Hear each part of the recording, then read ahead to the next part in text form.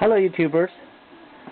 Today I'm just doing something for as a gift, Christmas gift for all the fishaholics in the world. This is my little 15-horse Tecumseh outboard.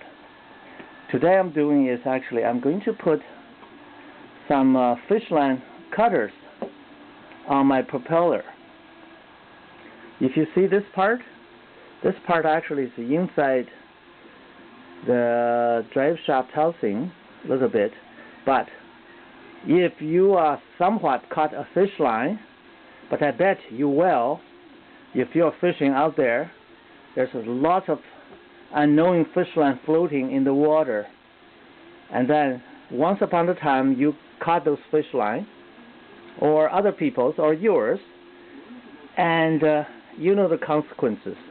The fish line will get onto the driving shaft and break your seal, so your legs, oil would be leak out from there, and then it's a job to place that seal, which is not easy at all. So today I'm doing is that I'm going to use my trusty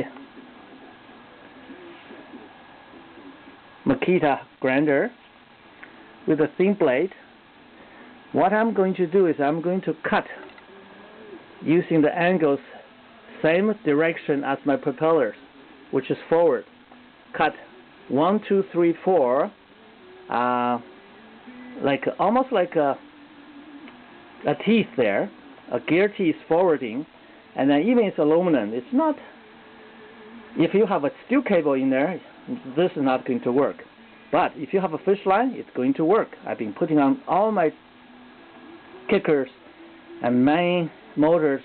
Every time I have a chance to remove propeller, I'm doing this kind of a Mickey Mouse thing.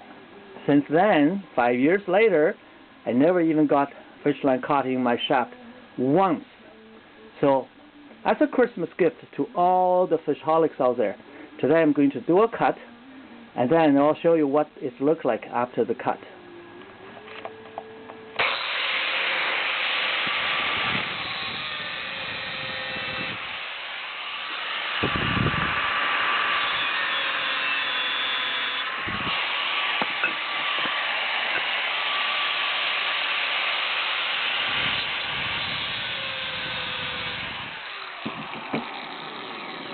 Here we go. I have a close-up.